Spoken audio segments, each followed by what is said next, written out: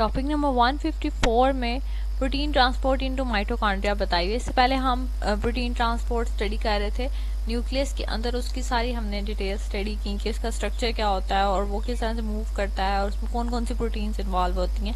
अब हम देखेंगे माइटोकॉन्ड्रिया के अंदर।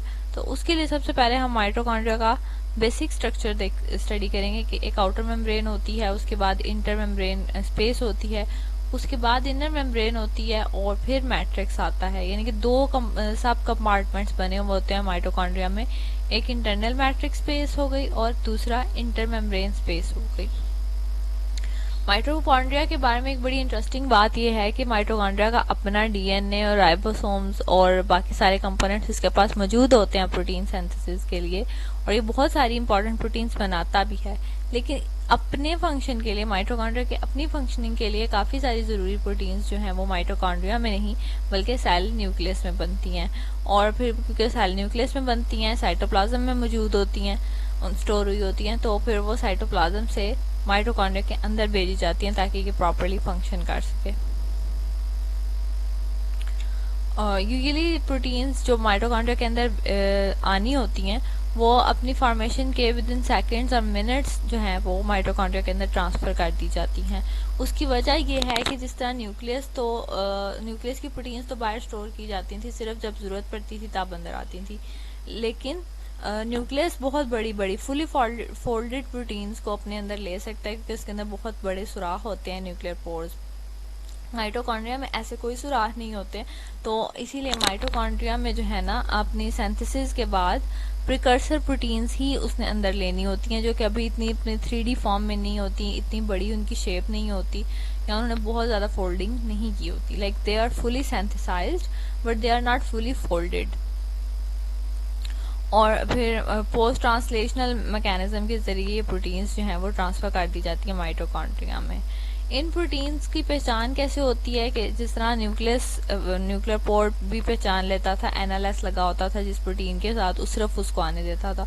तो माइटोकॉन्ड्रियल मेम्ब्रेन के क्रॉस वो प्रोटीन मूव कर सकती है जिसके ऊपर एक खास एन टर्मिनस सीक्वेंस मौजूद होता है, और ये एन टर्मिनस सीक्वेंस फिर उतार दिया जाता है जब मतलब अंदर आने के लिए ज़रूरी है, आप इसे एंट्री पास कह लें प्रोटीन्स का, कि एन टर्मिनस की मदद से वो माइटोकॉन्ड्रिया के अंदर आएंगे और जब वो अंदर आ जाएंगे तो फिर प्रोटीएज की मदद से ये जो सिग्नल है ये हटा दिया जाएगा। NLS के बारे में हमने ये एक्सपेरिमेंट देखा था कि वो किसी भी चीज़ के साथ अटैच कर देते थे न्यूक्लियर लोकलाइजेशन सिग्नल, तो वो उसे न्यूक्लियस में ले जाता था। इसी तरह माइटोकॉन्ड्रिया का जो एन टर्मिनस है वो भी ऐसे ही बिहेव करता है। अगर वो किसी भी प्रोटीन के साथ आप एन टर्मिनस लगा देंगे तो वो उस प्रोटीन को खींच के माइटोकॉन्ड्रिया में लेके जाने की कोशिश करेगा। और इसकी फॉर्म किस तरह की होती है, ये बेसिकली एक एम्फीपैथिक अल्फा हेलिक्स बनाता है, यानी कि इसके अंदर डुअल साइड्स हो जाती हैं। एक side negatively charge amino acids की हो जाती है, दूसरी side positively charge amino acids की हो जाती है। उसकी फोल्डिंग इस तरह से होती है कि जो ज़्यादातर नेगेटिव अमाइनो एसिड्स हैं ना वो एक साइड पे आ जाते हैं और बाकी जो पॉजिटिव हैं वो दूसरी साइड पे आ जाते हैं, तो एक खास शेप बन जाती है।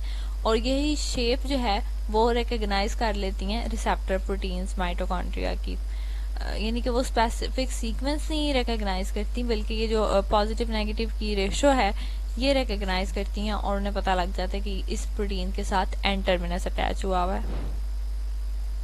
ये उसकी एक डायग्रामेटिक रिप्रेजेंटेशन दी हुई है।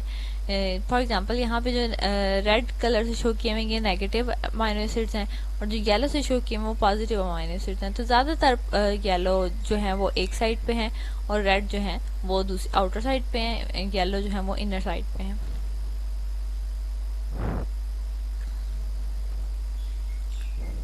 Mitochondrial precursor protein do not fold into their native structures after they are synthesized. Instead, they remain unfolded through interactions with other proteins in the cytoplasm. जिसमें हमने ये बात पहले भी डिस्कस की है कि वो अपनी अनफोल्डेड फॉर्म में ही अंदर जाती हैं क्योंकि माइटोकॉन्ड्रिया के पास बहुत बड़े सुराख नहीं हैं उन्हें अंदर लेके जाने के लिए।